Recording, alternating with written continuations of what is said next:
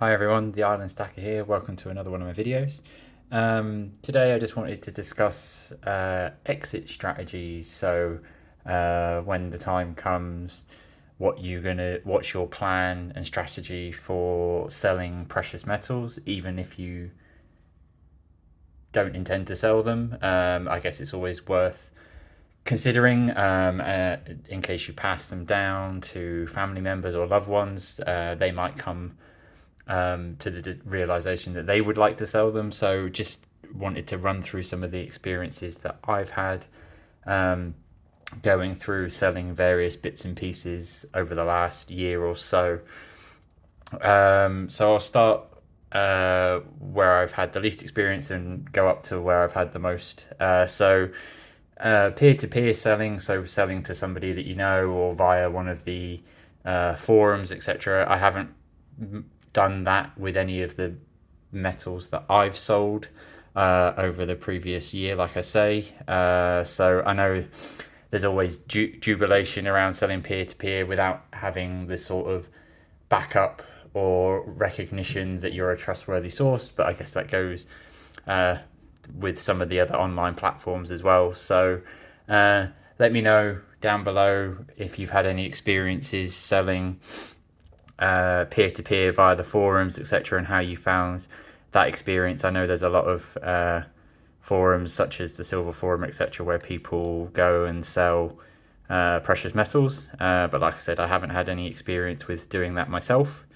Then online bullion dealers, so all of the big major companies that have an online presence. So I know the Royal Mint has now started accepting or buying back secondhand coins, but you have all the other main UK-based bullion dealers, so Shards, Blair Bullion, Atkinson's, and the like. So I've sold to Atkinson's and Blair before, and I have to say the experience was very smooth. No hassle. Post the item across, they'll have a look at it, verify it, and then the payment is made pretty much straight away into your bank account. I guess the only sort of downside with selling to an online bullion dealer is the price that you will receive probably won't be as high as some of the other avenues that you could explore. For example, like the peer-to-peer or some of the other online selling platforms. And then I guess the final thing is sort of online auction sites, so the likes of things like eBay. I have to say I've bought and sold a fair amount of things on eBay, and I've learned the hard way with some of the fees and stuff that they deduct as part of the service to use the platform. So I found that out after I sold the first lot of silver that I had, and then was surprised when I got a substantial sort of bill, as it were, for all of the seller's fees, etc. A month after I'd sold everything, thinking I'd made myself a decent amount of profit.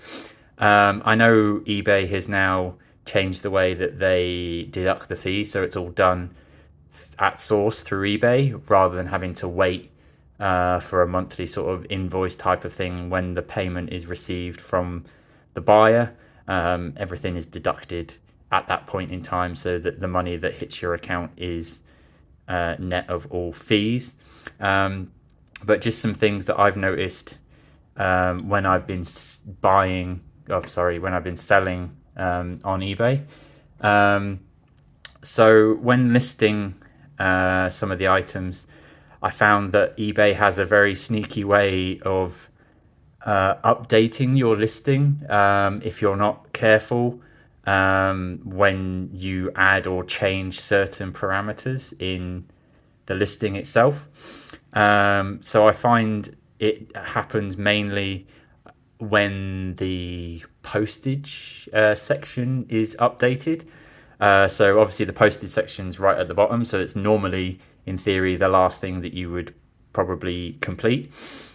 But I found as you update that with the relevant postage that you're going to be offering for the item that you're selling, eBay will then amend the the charge or the price field within the listing. So it will change things like allowing minimum offers or offers to be received, and potentially buy it now. You have to be very careful with this. I've fallen foul of it a couple of times. Unless you go back in and update that field, eBay, the listing will go out with offers allowed, and potentially buy it now, which means that eBay are able to charge more fees if the item sells via an offer or buy it now, for example. So it's just something to be wary of when selling things on eBay, because the fees itself for selling on eBay are relatively high as it is. So I think the current rate for the seller's fee is 10.66%, and then there's VAT then calculated as well. Along with, they take a charge out of the postage amount as well that you apply to the listing. So it's just another thing to be wary of when selling on there. So in total, I think on average, based on some of the things that I've sold in the past, you're looking at whatever the final fee is that the item sells for. You're probably looking at a 12 to 15% deduction from that final fee based on the eBay fees, the VAT, the postage calculations, etc. So it's just something to be wary of and learning from things that I've learned the hard way. But again, on the upside, the prices that you'll probably receive from eBay may be substantially higher than going via the bullion dealers online. And there's also the sort of audit, as it were, of feedback, so that people have something to verify you as a seller as.